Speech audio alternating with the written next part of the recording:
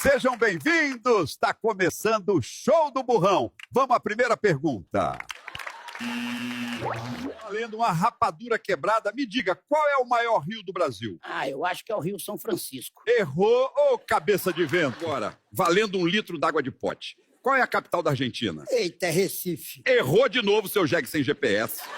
Valendo um pedaço de queijo coalho. Qual animal é conhecido como o rei da selva? É o bode. Errou, ô cabra sem estudo. Valendo um ventilador de mão, em que país fica a Torre Eiffel? Não sei não, acho que é em Juazeiro. Meu Deus, esse é burro de carga mesmo. E assim termina mais um Show do Burrão. Até a próxima. Um dia eu peguei um peixe tão grande, mas era grande, passamos 7 dias embaixo da água. Pode perguntar pro peixe, que é verdade. Pois é, mentira desse velho. Foi 5 dias só e ele soltou a linha porque a mulher dele veio buscar ele no rio, velho. Mentiroso da porra.